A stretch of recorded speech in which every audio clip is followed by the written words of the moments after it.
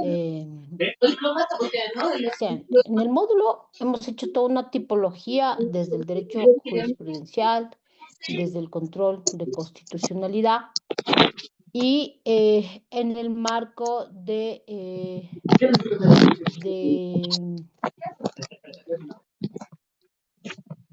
las herramientas, los principios, la metodología, pues hay la necesidad de ir conociendo las particularidades sobre las cuales se maneja la justicia constitucional. Y ayer veíamos sentencias de carácter o que han aplicado principios y criterios de interpretación que han permitido ejercer lo que es la justicia constitucional. Les decía que se puede tener un tribunal constitucional ejerciendo jurisdicción constitucional, pero no necesariamente justicia constitucional, ¿cierto? Y eso va a depender en el marco de cuán activista es en materia de protección de derechos fundamentales. Si ustedes se fijan, estas sentencias son las que han permitido, en el marco, al aplicar los criterios de interpretación, han permitido de alguna manera generar esferas de protección fuerte a partir de criterios de interpretación como son el pro persona, como son el principio de eficacia, como son el principio de progresividad, ¿no? que permite nutrir el fortalecimiento y el avance en la protección y sobre todo en cuanto al desarrollo de contenido en materia de derechos fundamentales. Ayer veíamos estos principios rectores que hay que tenerlos en cuenta que al haber nacido y al habérselos incorporado, pues se los aplica en todas las esferas. No necesito analogía en estos casos o caso igual, ¿no? Porque son precedentes de carácter interpretativo que basan o que están aplicando principios de interpretación que se extiende a cualquier rama, a cualquier caso. Simplemente va a depender en qué momento uno los aplica, cuándo los aplica. Veíamos también el principio de eficacia, que es muy importante, los mecanismos de defensa que ustedes van a ir estudiando en los distintos módulos, todos los mecanismos de defensa, o lo que llamamos en Bolivia las acciones de defensa, son mecanismos, todos sin excepción, que tienen tres características. Son mecanismos rápidos, sencillos y eficaces. Y esta eficacia es la que permite que el derecho vulnerado, cuando es concedido la tutela, pues implica el restablecimiento del derecho al estado anterior. Si es que, o sea, al estado anterior, siempre y cuando esto no fuera posible. Cuando no puede ser posible, por ejemplo, cuando, digamos, el derecho a la vida ha estado en riesgo y lamentablemente o la salud no se puede a veces restablecer al estado anterior, ¿no? Entonces va a depender de algunas circunstancias muy fácticas en ese sentido, pero en el resto la concesión de tutela en amparo, en acción de libertad, pues tiene que generar un proceso de restablecimiento si se lo incorpora en su ámbito reparador. Y eso es lo que entendió el Tribunal Constitucional con la máxima eficacia en sentencias como la 121-2012. Y aquí me estaba olvidando. Espérenme un segundo. Esta también la voy a incorporar. Denme un segundito. ¿Por qué lo diría, pero? No, quisiera morir yo con algo emocional. O sea, haciendo algo muy emocional. Tal vez, tal vez escalar una montaña en la tercera edad y ahí fallecer, pues ya. Resbalado de la montaña.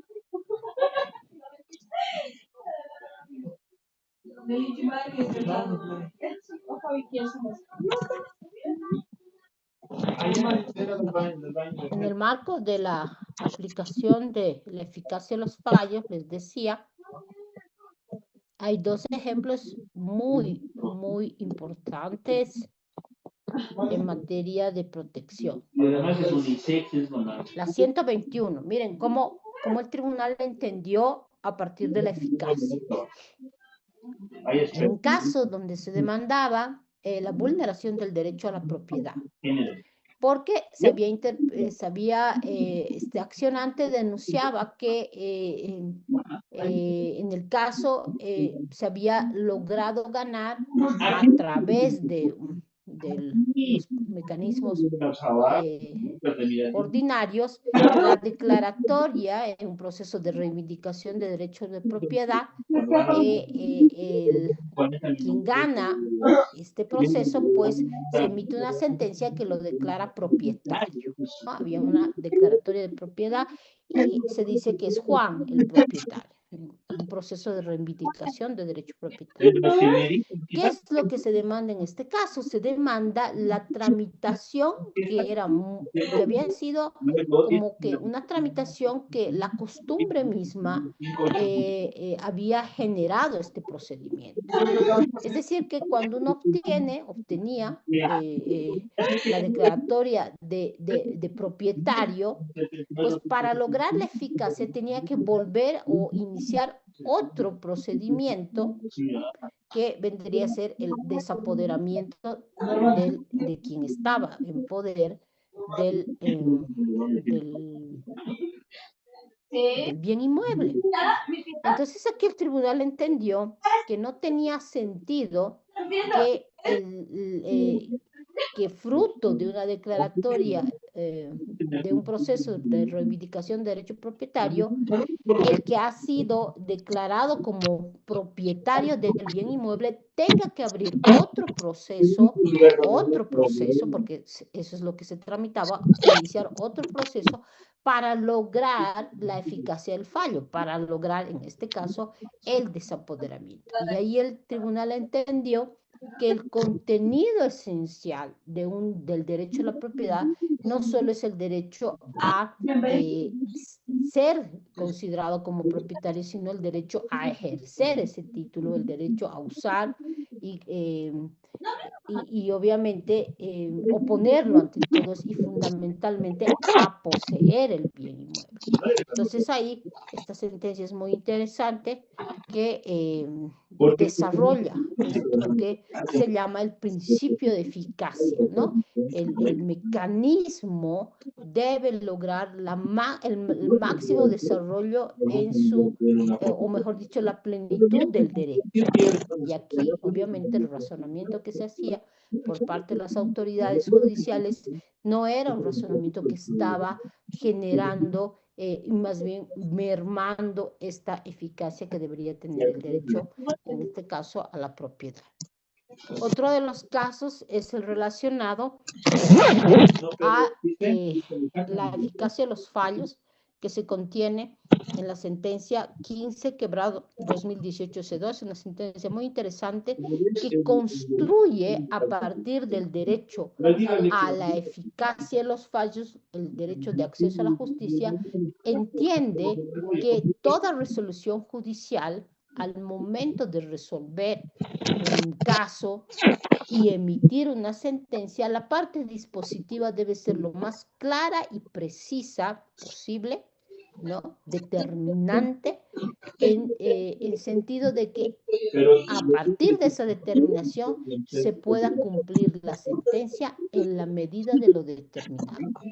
Por lo tanto, si esta sentencia es ambigua, si esta sentencia es incompleta, generalmente eso pasa en procesos judiciales, en materia civil, por ejemplo, cuando hay una obscuridad, una falta de delimitación del bien inmueble, en los metros, en la identificación, en la ubicación, genera procesos dilatorios innecesarios donde prácticamente la eficacia del fallo se hace muy difícil concretar. Entonces aquí el tribunal crea el precedente de que si la sentencia es oscura, es incompleta, pues obviamente está lesionando el derecho a la eficacia del fallo en la medida de lo determinado. Y esta incompletitud, esta imprecisión genera una vulneración al derecho de acceso a la justicia. Miren, Ivana, muy importante este aspecto. Y tendríamos aquí esto del favor debilis que les decía, el principio pro persona y fundamentalmente la favorabilidad no es dibujo libre, ¿no? Es un principio que solo aplica bajo directrices, bajo reglas. Y una de esas directrices es esencialmente que el principio de favorabilidad se aplica a favor debilis. O sea, ¿a quién se le aplica la favorabilidad? No se aplica a quien me cae bien, ¿no? Se aplica a quien dentro de una relación está en una situación de desventaja. Por eso se llama favor debilis. La favorabilidad implica un tratamiento de igualación, por eso se le da una tutela reforzada, una tutela favorable. De ahí que la esencia del favor debilis nace, o el pro persona, principalmente uno de los supuestos esenciales. Aquí voy a buscar la lámina, esperen un segundo. Aquí. ¿No? Si ustedes se acuerdan, en la doctrina del estándar jurisprudencial más alto, cuando tenemos sentencias contradictorias que te dice que el precedente en vigor es aquel que tiene el desarrollo más favorable. Entonces, si el día de mañana al Tribunal Constitucional, por ejemplo, ¿se acuerdan que hablábamos del apartamiento de la jurisprudencia?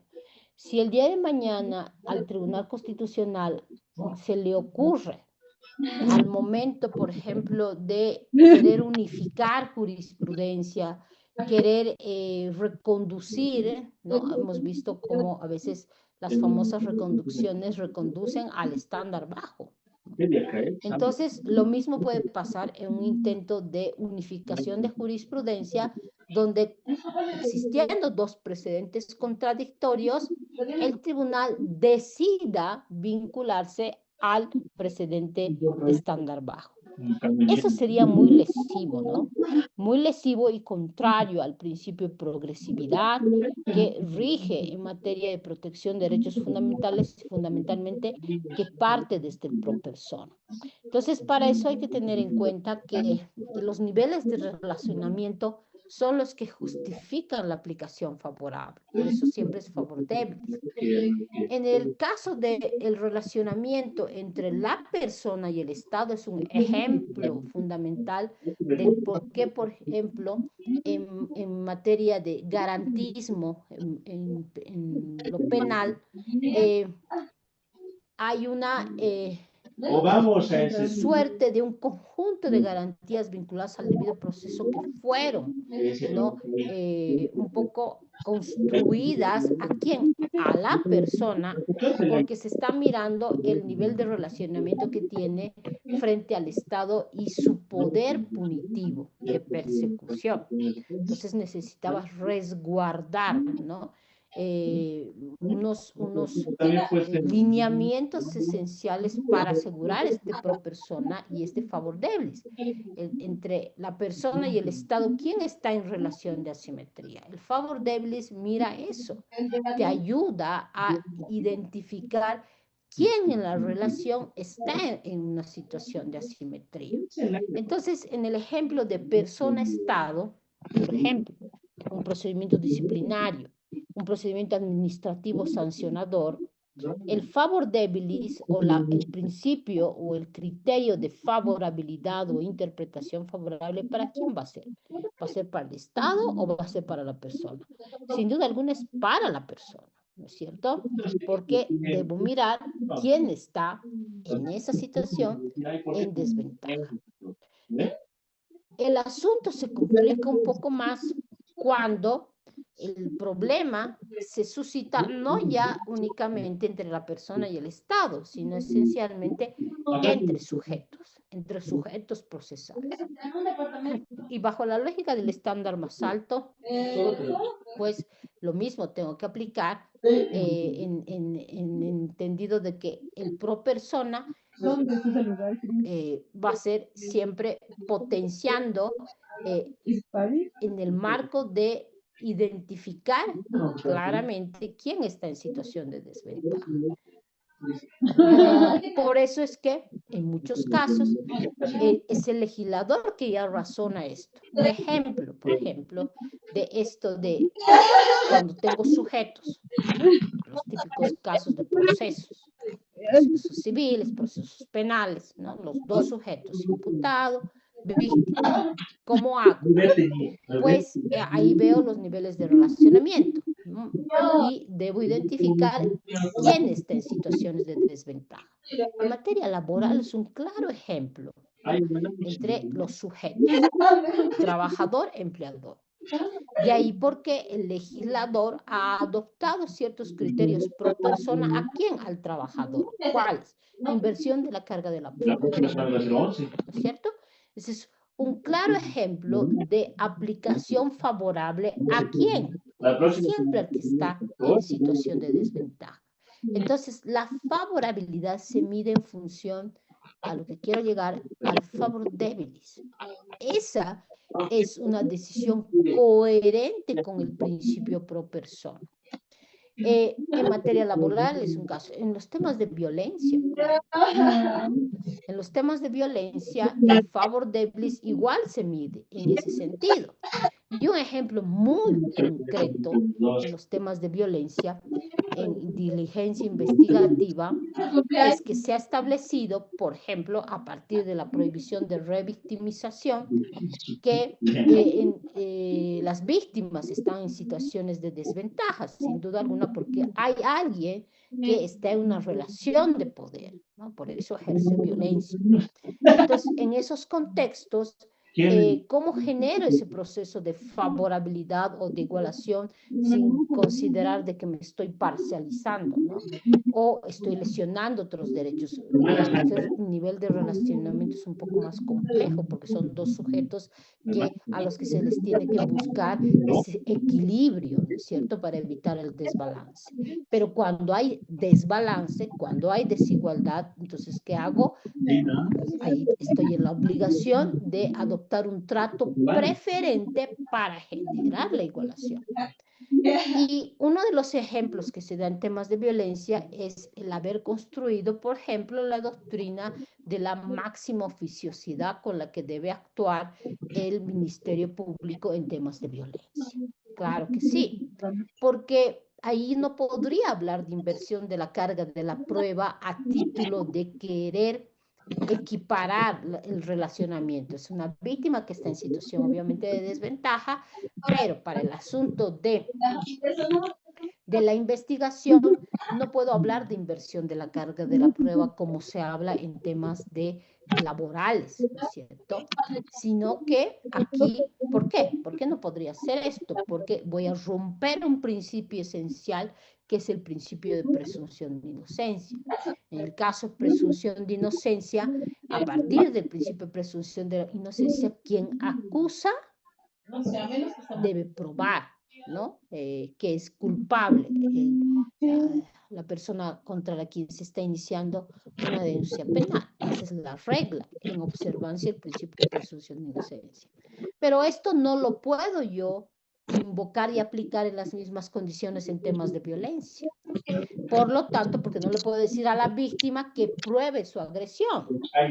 ¿Por qué? Porque voy a tener como resultado procesos de revictimización y fundamentalmente nuevas puestas en peligro a la integridad física, psicológica de una víctima, ¿no? Obligarla a que pruebe, generando además procesos nuevamente de reproducción de los escenarios.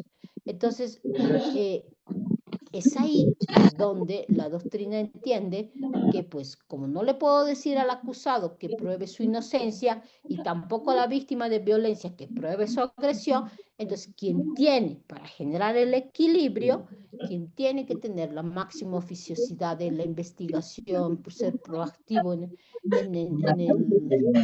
el proceso investigativo, es el fiscal, es el Ministerio Público.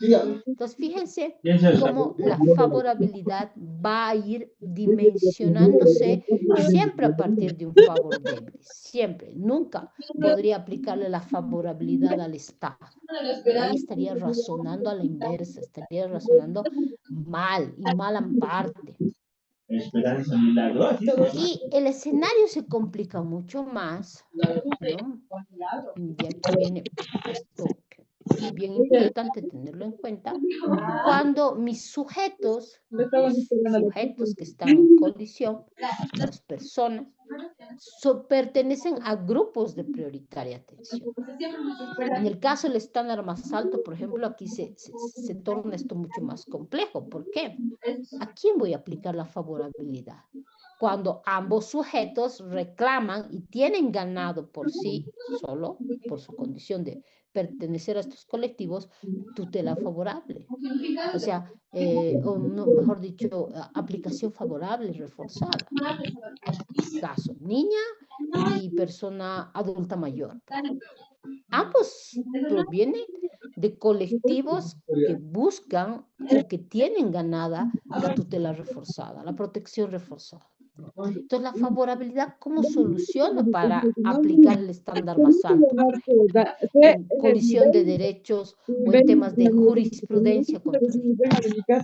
Aquí hay que tener en cuenta algo muy importante, que cuando existe esta colisión en grupos de prioritaria atención, el estándar más alto se complica porque el estándar más alto te dice ¿qué? Te dice, debo aplicar el estándar con desarrollo más favorable. Entonces, ¿la favorabilidad para quién? Si ambos sujetos tienen ya ganada el trato favorable. Entonces, aquí el asunto no se soluciona simplemente identificando el estándar más alto, ¿no? Sino se soluciona reconstruyendo los estándares más altos de cada sujeto, en este caso si es adulto mayor, o en este otro caso si es niño, si es miembro del pueblo indígena. Y luego, como están confrontados sus derechos, pues ¿qué es lo que tengo que hacer? Razonar a partir de un típico caso de colisión de derechos. ¿Se entiende esto? Entonces, la figura del estándar más alto se va a ir midiendo siempre en función al favor debilis, la favorabilidad y además el criterio de especialidad, nunca se olvide. Pero en temas de prioritaria atención, donde tus dos sujetos están, son los protagonistas dentro de un caso, pues la pregunta es favorable a quién. No sé si se está entendiendo esto. Para que se comprenda, les voy a poner un ejemplo. Si tendríamos que aplicar la favorabilidad, así de manera muy simple, les pongo un ejemplo. Los penalistas me ayudan si me equivoco. El Código de Procedimiento Penal establece, ¿no? Establece que es posible, ¿no? Si la pena impuesta en un delito es igual a 3 años o menos, es posible la suspensión de la pena, ¿no? La suspensión condicional de la pena. También te habla de la suspensión condicional del proceso. Eso te dice el procedimiento penal, para todos los delitos sin excepción, ¿no? Creo que es el 366, el artículo ya no me acuerdo muy bien, pero en esencia es eso. Y la ley 348 te habla de que en temas de violencia no es posible la suspensión condicional de la pena, sino la aplicación de sanciones alternativas. Entonces yo les pregunto, ¿qué ley se aplica? Desde la lógica del imputado, la norma más favorable obviamente va a ser el Código de Procedimiento Penal, porque es lo más favorable. Entonces ahí uno se pregunta, ¿cómo voy a aplicar la favorabilidad? En temas de colisión hay que tomar en cuenta que para la invocación de la norma aplicable más favorable, también tengo que tener en cuenta que no solo existe este criterio, sino también el criterio de la especialidad, ¿no? Más aún en nuestro sistema, donde nosotros estamos muy integrados a las normas del bloque de constitucionalidad, y donde estamos en el tema de bloque, en el proceso de convencionalización especificada. ¿Qué significa esto? Significa que estamos en un periodo de convenios de carácter especial que han sido creados a partir de la igualdad sustantiva, es decir, convenios que se han ido particularizando para dar respuestas reales a esos colectivos de histórica discriminación. Por eso nacieron el convenio 169 de la OIT para temas vinculados con pueblos indígenas, el convenio de los derechos de la mujer, como la Convención Belén do Pará, la Convención de la CEDAW, etc. ¿no? Son convenios especiales porque están precisamente orientados a que los estados lleguen o cumplan con sus obligaciones de respeto y de garantía para efectivizar estos derechos. Entonces, aquí no me será suficiente únicamente hablar de la favorabilidad, porque desde la lógica, obviamente, del imputado, el Código de Procedimiento Penal es mucho más benigno, mucho más favorable, en tanto que desde la víctima lo favorable sería la 348. Pero esto no se resuelve, esto es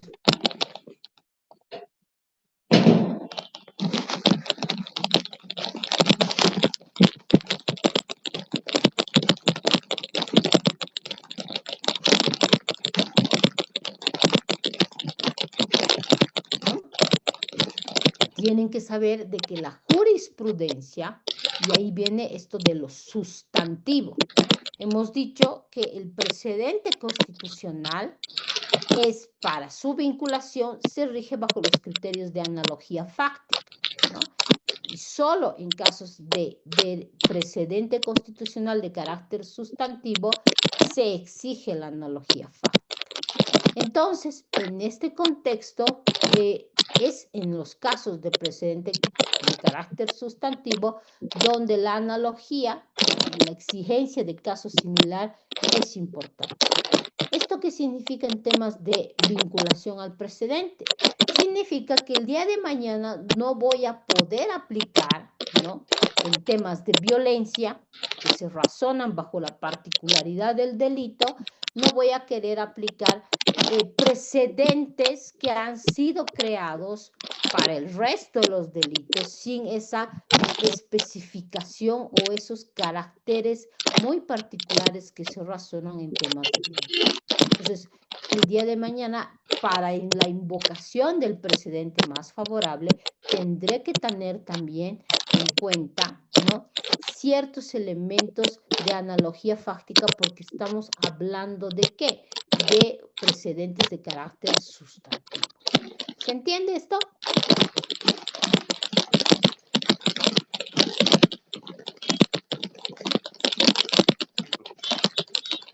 ¿Sí? Sí, doctor. ¿No surge ningún problema? Ya.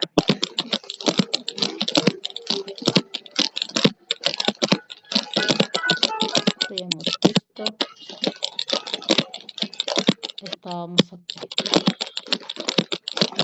Con esto terminaríamos esto de los principios y ahora me gustaría abordar las famosas sentencias vinculadas a la utilización de enfoques diferenciales o las sentencias que aplican o que crean precedentes de carácter metodológico.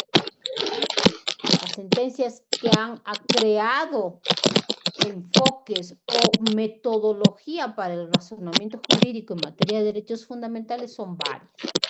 Y son estas sentencias que han ido incorporando las metodologías en la lógica de los convenios internacionales, que habla hoy en día y se razona a partir del enfoque basado en derechos, el enfoque diferencial. Y este enfoque diferencial se introduce, como les decía, a partir del periodo de convencionalización especificada en la que nos encontramos hoy en día. Entonces, por ejemplo, temas vinculados con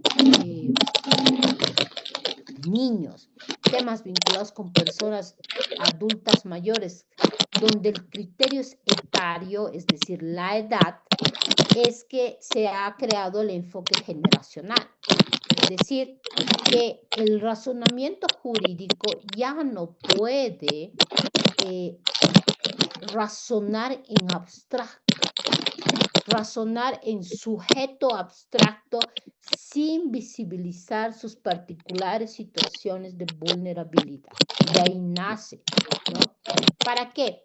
Para aplicar y fortalecer la dimensión de la igualdad sustantiva. Una manifestación de la igualdad sustantiva es esencialmente el derecho que tiene toda persona a ser tratado de manera diferente pero favorable cuando sus circunstancias son circunstancias de desventaja, de vulnerabilidad. ¿Sí? Entonces, eso ha generado de cómo logro esto, cómo materializo este derecho a ser tratado de manera diferente pero favorable. Entonces ahí es que los estándares han dicho que el razonamiento en materia de derechos humanos no solo implica la utilización de la favorabilidad, sino esencialmente la utilización de metodologías especializadas para comprender el contexto de la vulnerabilidad y dar respuestas de afirmación o de equivalencia o de equiparación o igualación. ¿Por qué? Porque estamos en escenarios de desequilibrio, estamos en escenarios de desventaja, ¿no es cierto? De desnivel. Y de ahí es que se han creado distintas metodologías como el enfoque generacional para tratar los temas vinculados con niños y niñas. Y uno de estos es el razonado, una de las sentencias muy importantes donde se van involucrando precedentes de carácter especial. En el temas de niños, por ejemplo, a partir de la invocación de las convenciones de carácter especial, se recoge las particularidades que deben ser tomados en cuenta en estos casos, como por ejemplo el interés superior del niño, ¿no? Eso es un barómetro a la vez de que mide, dirige el razonamiento jurídico.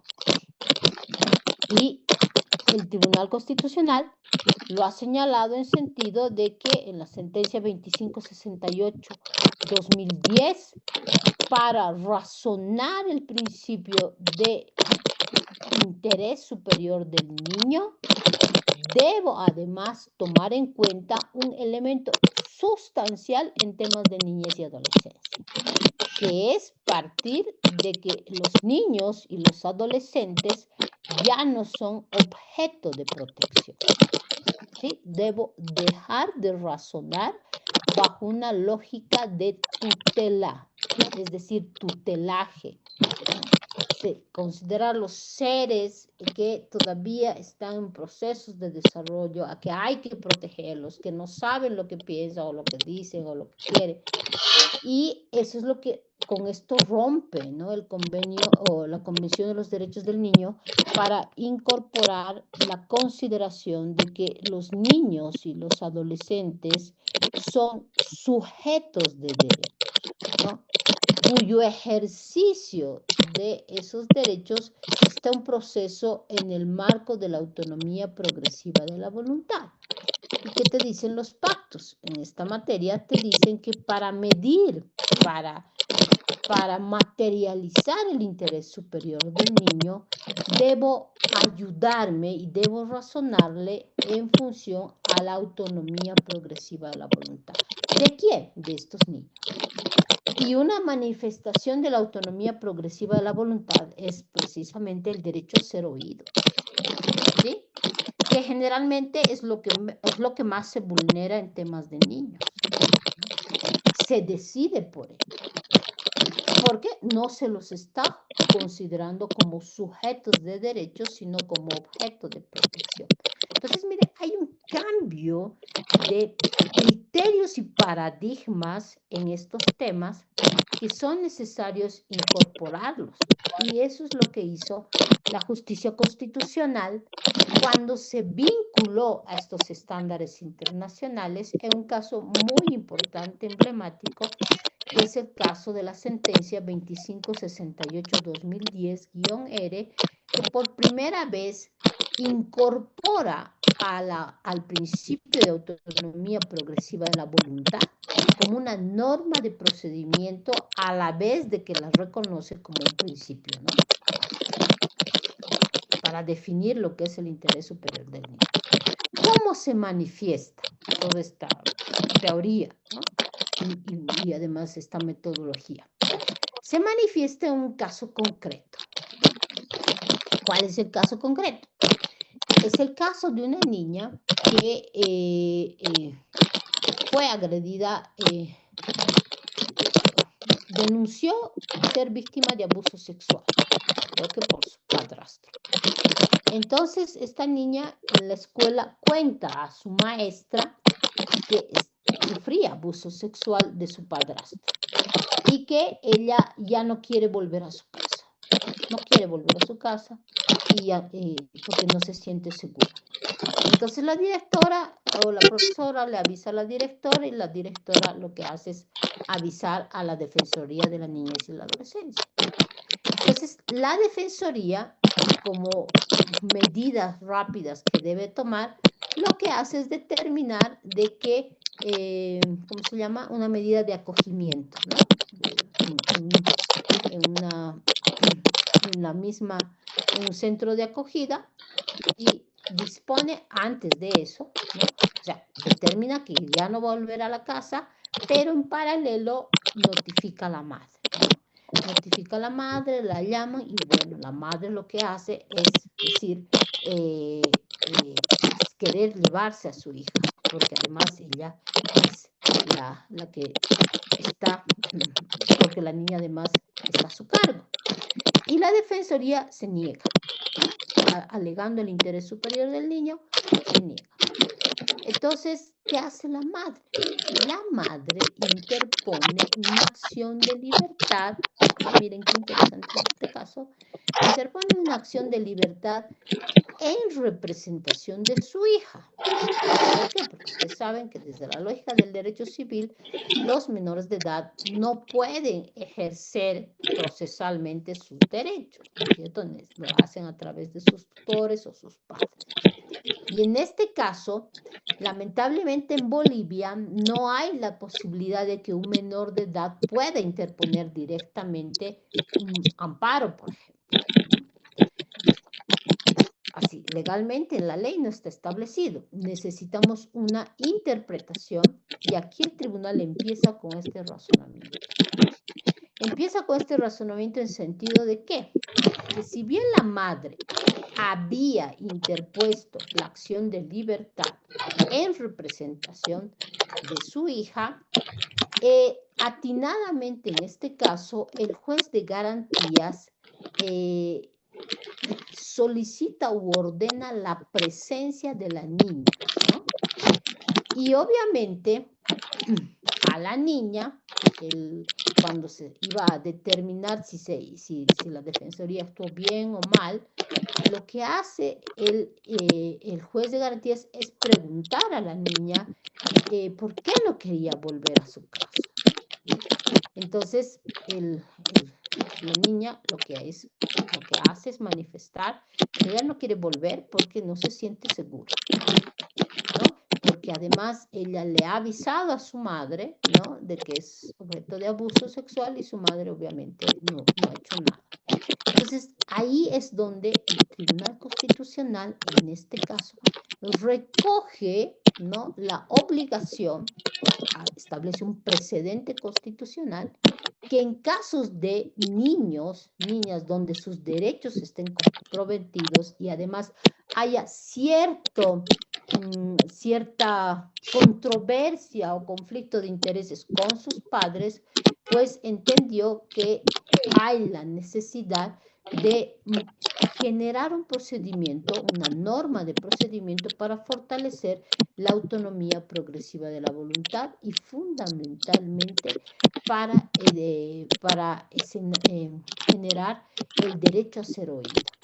Por lo tanto, la justicia constitucional no, y esto obviamente se extiende a todas las áreas del derecho, no puede razonar si antes en temas vinculados con niños, donde cualquier medida les va a afectar, generar esta norma de procedimiento de asegurar, para fortalecer la autonomía progresiva de la voluntad, que va hilada, que va unida al interés superior del niño, el derecho a ser escuchado, a que ellos manifiesten su opinión, que además esta manifestación de la opinión tiene que ser informada.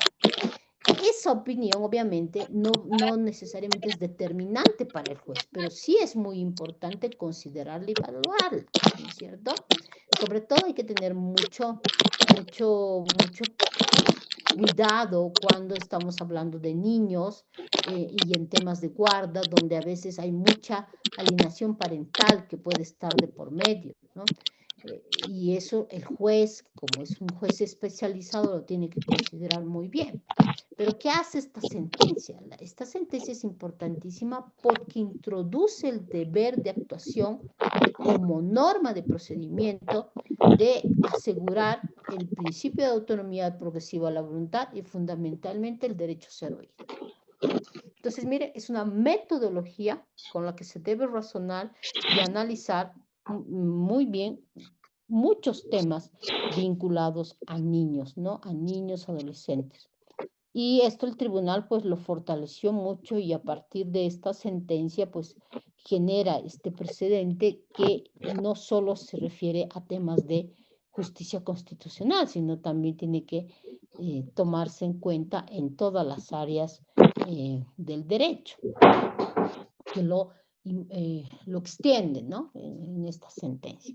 Entonces, en el marco de las sentencias metodológicas, pues esta, la 2568, es un precedente muy importante que ha ido siendo aplicado en distintas sentencias. Otra de las sentencias, que es la que ustedes están leyendo, sin duda alguna, es la 19/2018 C2, ¿no es cierto? Donde por las particularidades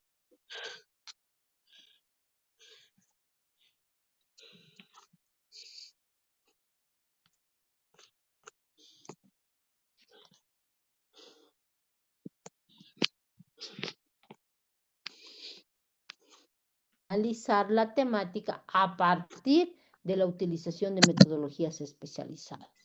Entonces, no incidiré mucho en esto porque ustedes lo están viendo y me gustaría que lo vayan analizando en ese contexto. Como les decía, el enfoque de género o el generacional, que también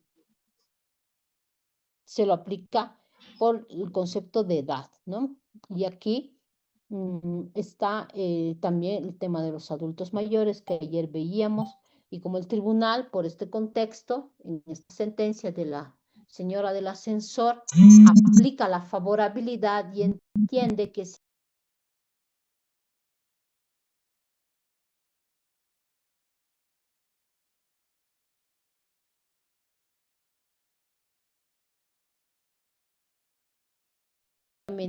identificar realmente cuáles son los derechos que estaban siendo comprometidos en esas medidas además de hecho que habían sido aplicadas por los copropietarios, ¿no es cierto?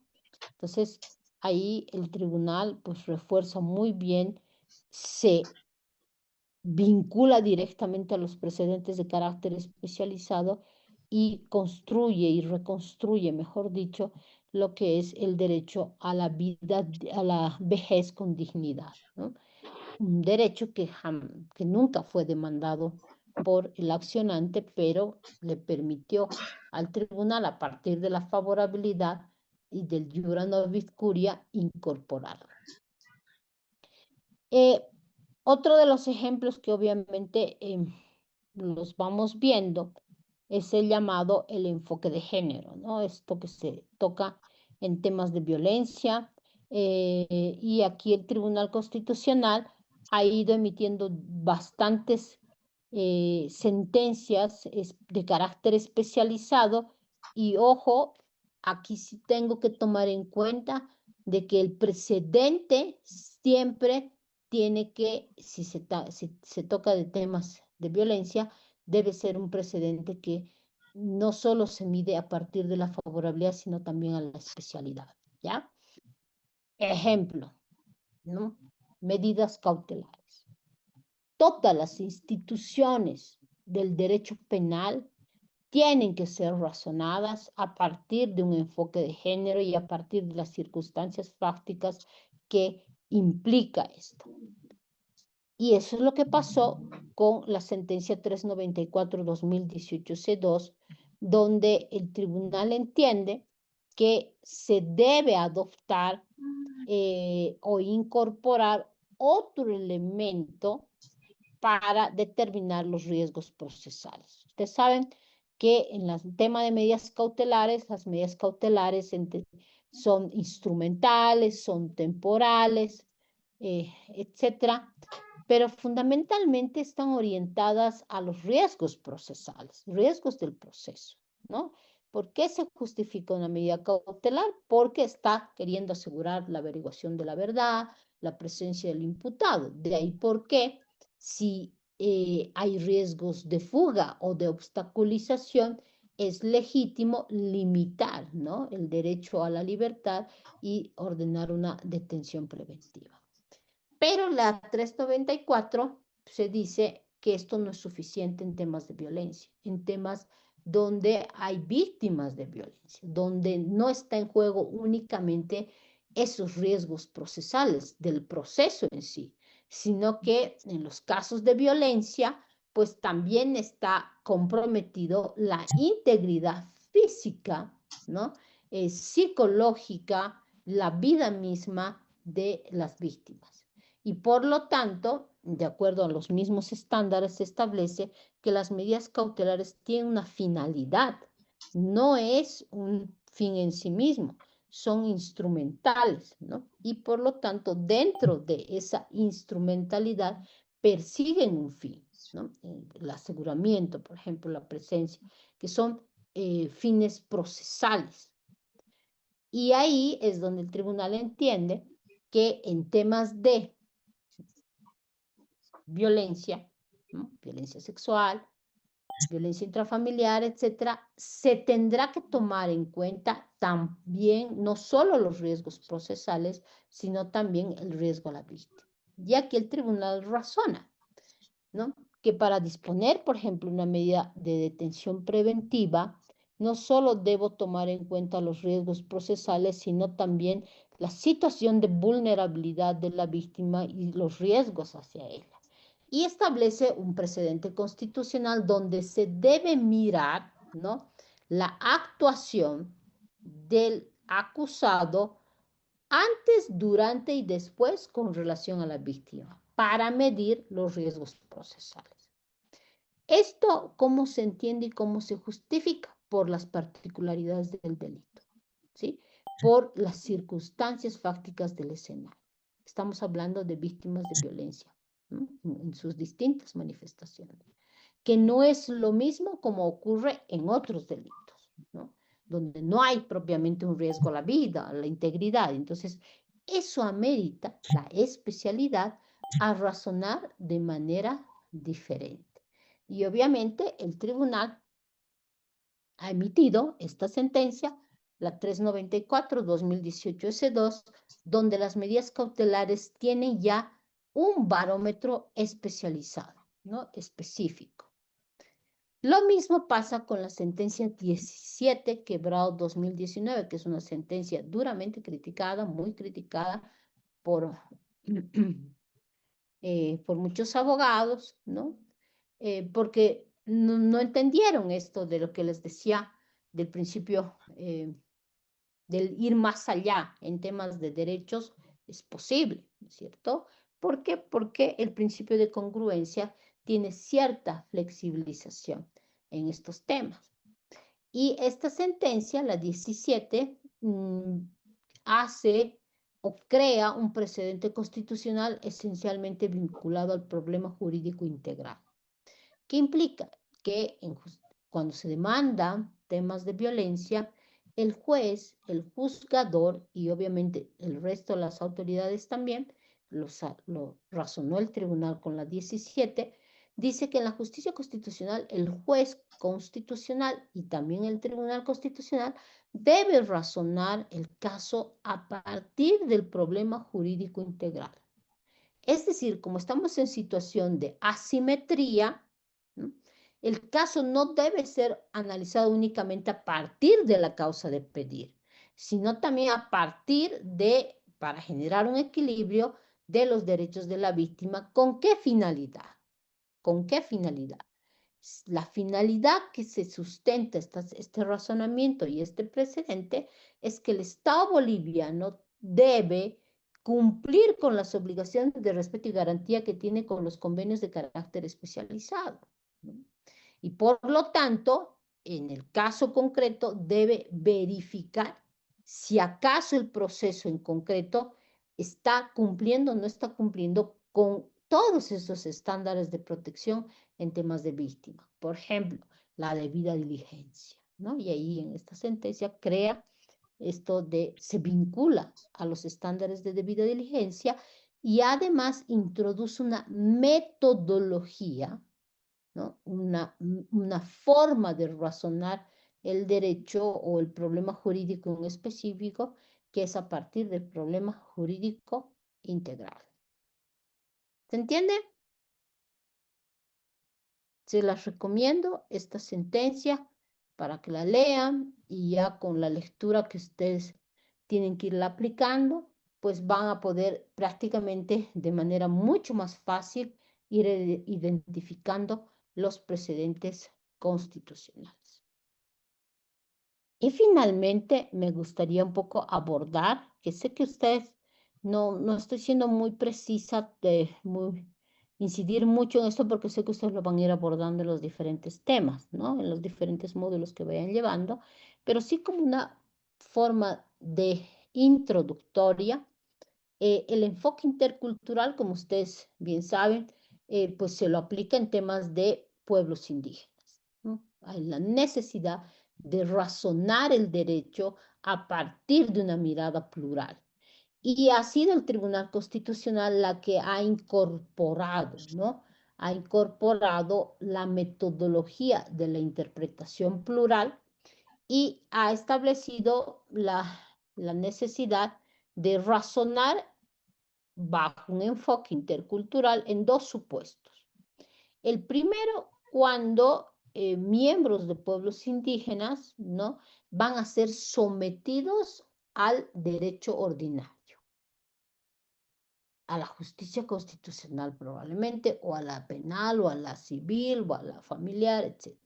Entonces, cuando un miembro de un pueblo indígena se va a someter o le van a aplicar el derecho ordinario, ahí el tribunal dice que se debe reforzar el análisis a partir de una interpretación plural, entendiendo las circunstancias fácticas y tomando en cuenta esos razonamientos de visión plural que debe haber en tema de derechos humanos.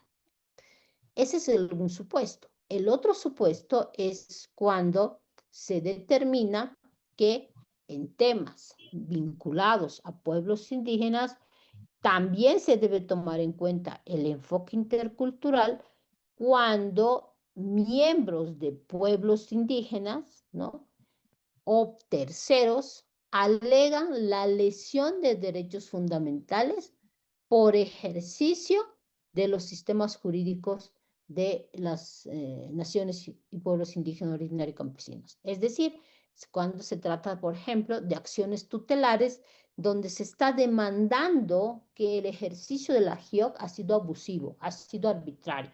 Entonces, son las autoridades indígenas, esta vez, las que están siendo denunciadas, ¿no es cierto? Entonces, aquí también es otro caso fundamental que involucra una aplicación intercultural. Y lo bueno y lo interesante es que el tribunal, utilizando esta metodología, pues ha creado lo que se llama, a partir de precedentes, lo que es la interpretación intercultural y lo que es la interpretación intracultural de manera favorable. ¿A qué se refiere la interpretación intracultural de manera favorable? Se refiere a ese tratamiento de tutela reforzada que debe existir dentro de los grupos de pueblos indígenas o del colectivo de una nación, pueblo indígena, originario y campesino, a los grupos de prioritaria atención. Cuando se trata de mujeres indígenas, de niños, de personas adultas mayores, por ejemplo, que al interior mismo de la comunidad están en situación de alta vulnerabilidad. Por lo tanto, aquí el tribunal razona que en estos casos igual, ¿no? Se debe razonar ya no solo con un criterio de interpretación intercultural, sino esencialmente de interpretación intracultural de manera favorable. ¿Qué originó? El tribunal lo crea este razonamiento y esta metodología interpretativa en una sentencia muy interesante que es la sentencia 422-2012, donde el tribunal controla una decisión de la GIOCO. ¿Qué había pasado en esta decisión? Pasó que la comunidad dispuso la expulsión a raíz de un hecho de robo que había ocurrido en la comunidad. Uno de los hijos de los accionantes, el hijo mayor, es acusado, ¿no?, por un hecho de robo, y obviamente la comunidad lo sanciona, y en la sanción deciden expulsar no solo al hijo, ¿no?, a quien se había apropiado de bienes de uno de los comunarios, sino que deciden sancionarlo al hijo, a los padres y obviamente dispone la expulsión del hijo, de los padres, de los niños, de sus hermanitos y también de sus abuelos, ¿no? Entonces expulsan a toda la familia. Entonces los padres denuncian este caso a la jurisdicción constitucional.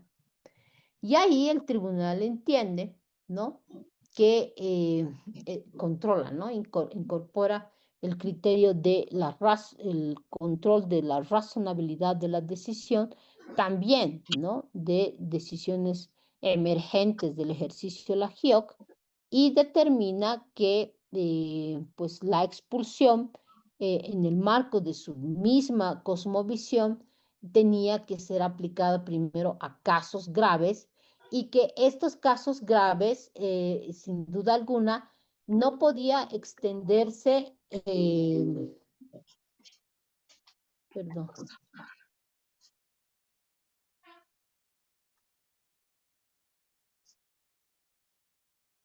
Espéreme un segundo, por favor.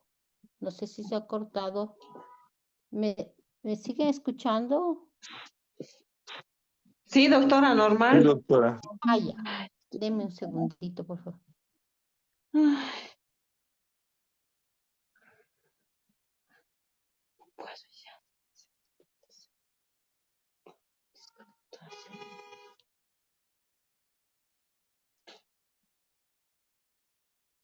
Entonces, les decía que en este caso, pues se controla la decisión en sentido de que obviamente no era razonable extender la sanción de la expulsión a los miembros de su propia familia, donde además estaba involucrando a grupos de prioritaria atención, como eran los abuelitos, los hermanitos, y obviamente determinó la desproporcionalidad de la medida y fundamentalmente la falta de justificación de esa decisión en el contexto en sí de la forma como había razonado las autoridades de esta comunidad.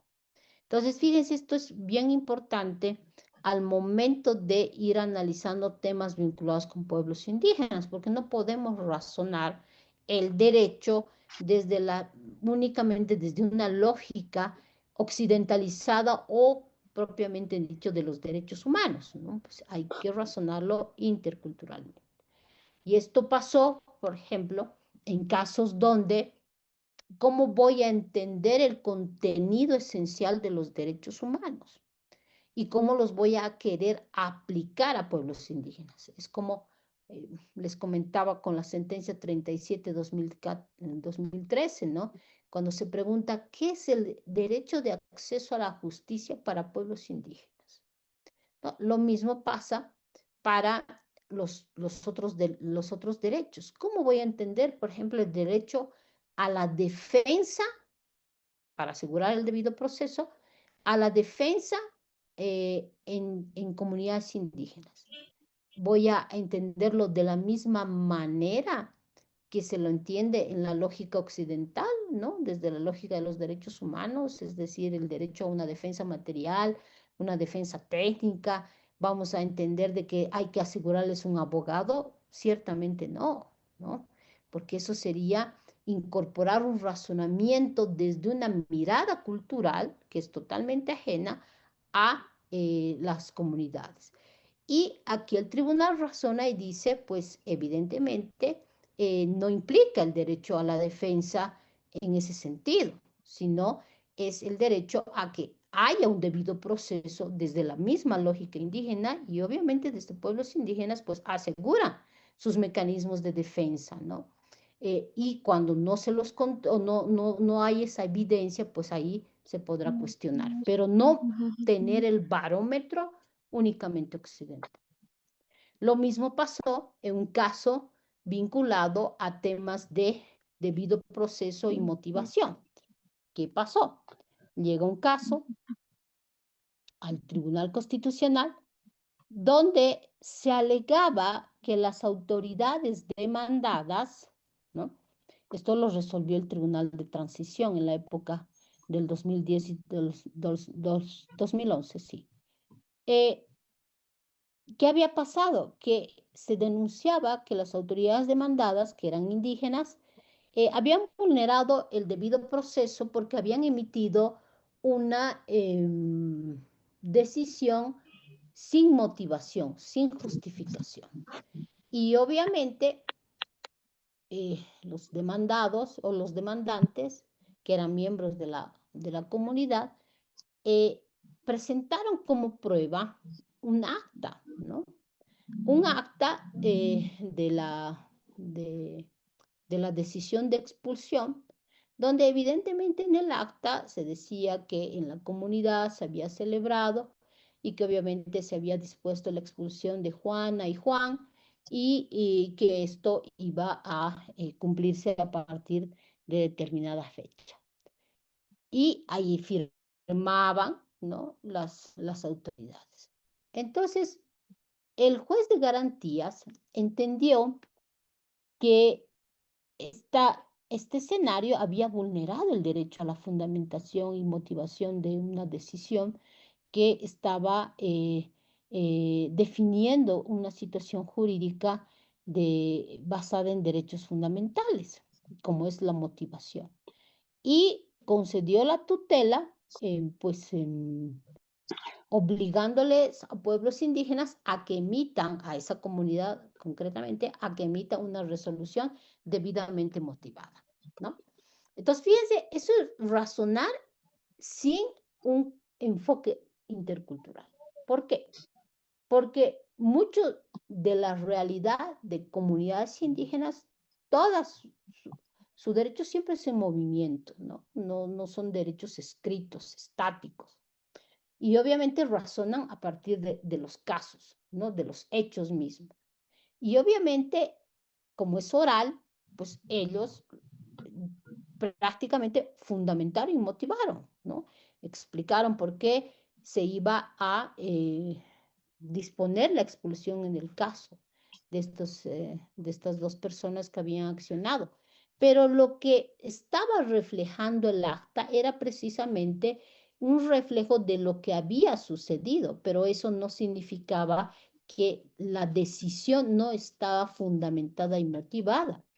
Por lo tanto, no se le podía exigir a miembros de pueblos indígenas a que tengan que escribir y fundamentar con una argumentación exquisita al estilo como se exige aquí, ¿no? En la jurisdicción ordinaria, como se controla con la jurisdicción constitucional las decisiones de los jueces, ¿no? Entonces ahí el tribunal tuvo que rectificar, ¿no? Este criterio de la autoridad judicial que había exigido y había concedido la tutela, pretendiendo de que miembros de pueblos indígenas pues Ya. tengan que escribir y tengan que fundamentar cuando en realidad ellos lo habían hecho, pero oralmente. ¿No? Entonces, esto hay que tomarlo en cuenta en, en, en función a los sujetos, ¿no? El enfoque diferencial es un enfoque que se lo aplica, que se lo ha ido creando. Estas sentencias, todas estas sentencias, son sentencias metodológicas, pero que pueden ser aplicables y exigidas en cualquier tema. No necesitan analogía fáctica. ¿Por qué? Porque son metodológicas. Te están diciendo cómo voy a razonar cuando estoy involucrando a temas vinculados con pueblos indígenas. A partir del criterio de interculturalidad e intraculturalidad. Temas de mujeres con perspectiva de género, la clásica, ¿no es cierto? Aunque no necesariamente las autoridades manejan adecuadamente la perspectiva de género, pero ahí está el deber de razonar a partir de una perspectiva de género. Temas de niños, ¿no? Vinculados al fortalecimiento de su autonomía progresiva de la voluntad como una norma de procedimiento, a partir del interés superior del niño. Entonces, todo eso en función a los sujetos. Y estas sentencias pues son aplicables en cualquier tema. Si la una se construyó en tema de guarda, no significa que en tema de asistencia familiar no se lo aplique, ¿no? Por eso les decía, en la vinculación al precedente, la analogía fáctica solo es para el derecho fundamental, ¿no? Para el precedente de carácter sustantivo. Pero precedentes de carácter procesal, constitucional, metodológico, de utilización de principios, que son los que acabamos de ver, no se necesita analogía fáctica. Bueno, aquí habríamos quedado no sé si tienen ustedes alguna pregunta, alguna duda, y si no es así, me gustaría un poco que nos pongamos de acuerdo con la fecha para la presentación de su trabajo final. Vamos. Ustedes tienen para el domingo el trabajo vinculado a su segunda actividad de la lectura de la sentencia 19. A ver, alguien levantaba la mano, perdón. Sí, ¿Quién doctora, era? buenas noches. ¿Cómo está Alejandro?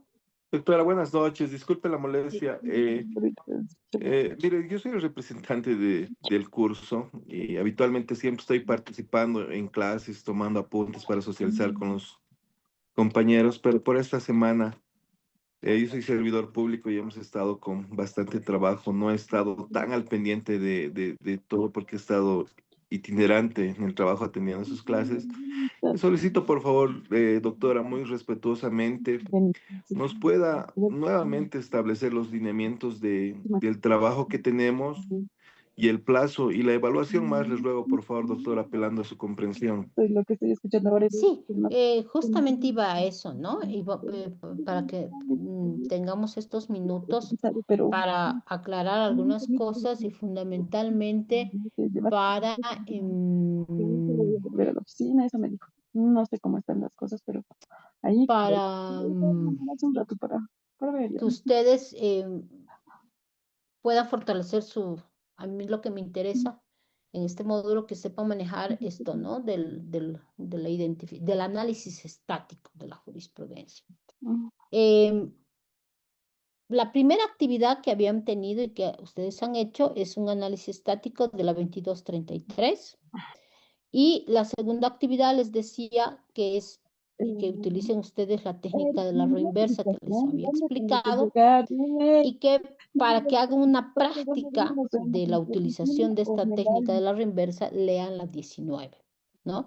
La 19 de 2018, donde igual van a tener que identificar el problema jurídico, él o los problemas jurídicos, los precedentes, ¿no? Ya diferenciando lo que es precedente de carácter sustantivo, procesal, pero de la misma manera, diferenciar si el 3.1 es obiter, si el 3.2 es ratio, etc. Es prácticamente lo mismo, solo que ahora van a leer Ya. una sentencia un poco más extensa, pero ¿por qué doy esta lectura de esta sentencia? Porque es una sentencia donde tiene la bondad de que hay todos los tipos de precedentes constitucionales, ¿sí? Todos estos que hemos ido mencionándolos. Cobija, ¿no? Sin querer queriendo, yo creo que más que todo lo hizo, donde está precedente de carácter sustantivo, precedente de carácter procesal, constitucional, jurisprudencial, etc. Entonces, por eso quiero que ustedes identifiquen, ¿no? Ese es el trabajo de la segunda actividad que tienen que hacer y que estaba programada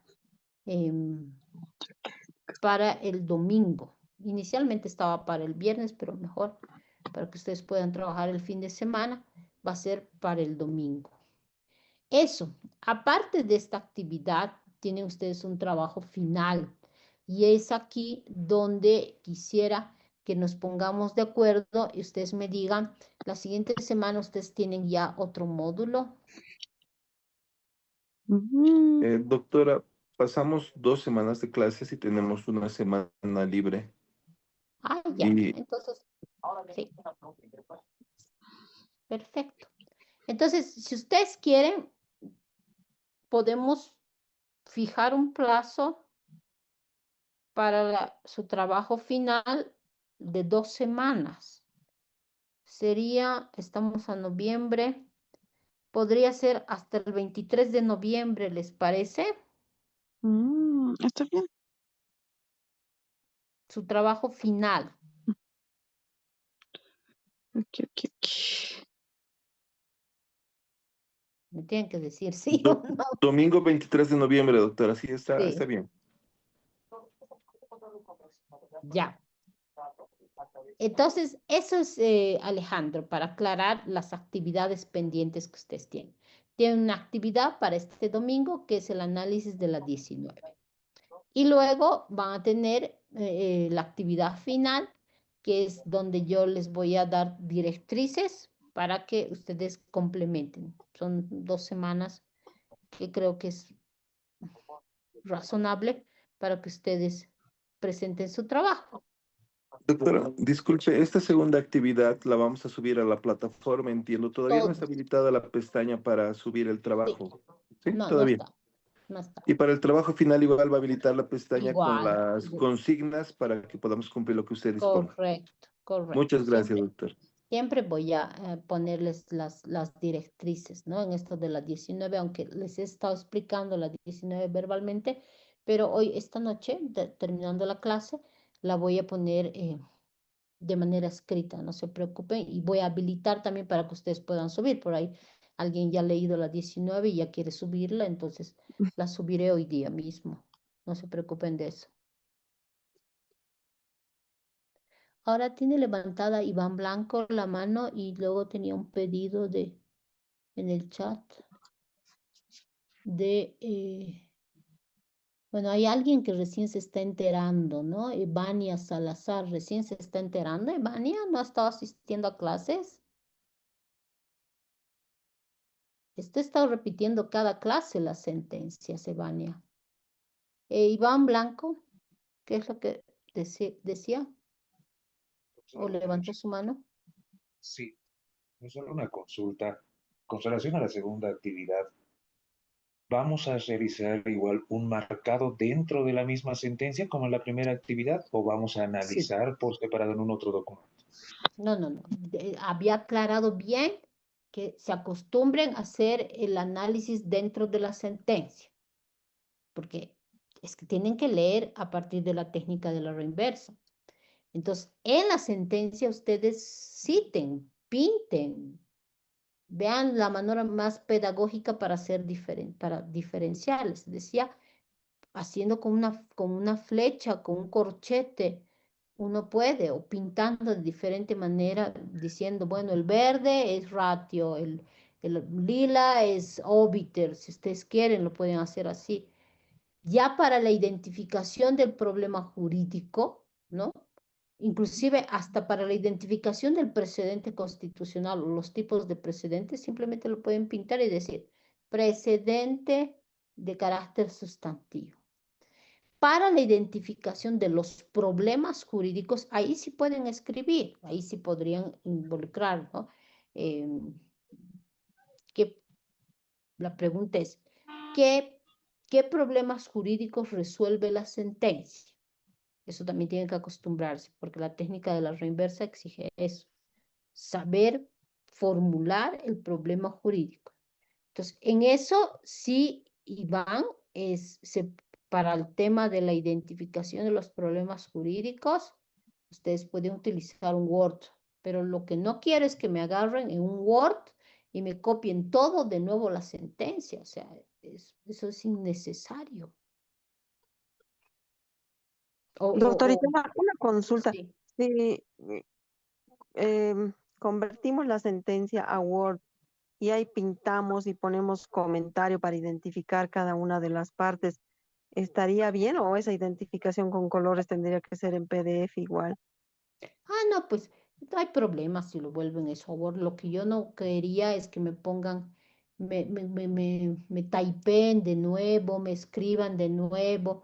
Y Ah, bien. es que No, es se puede convertir el archivo.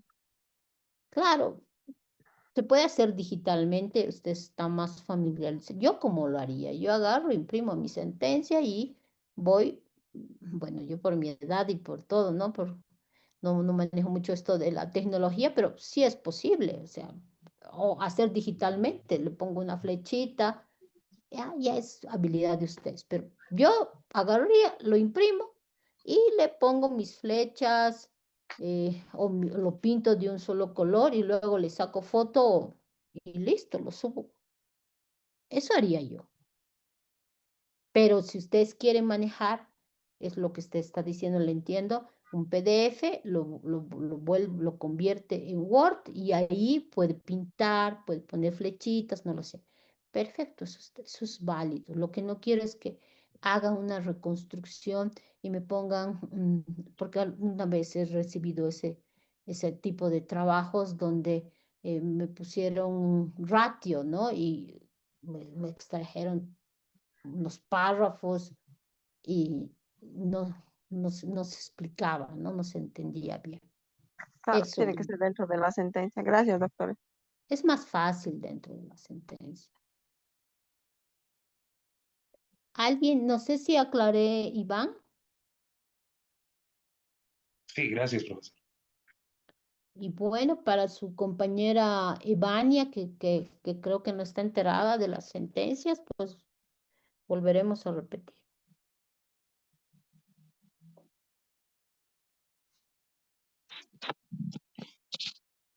Estoy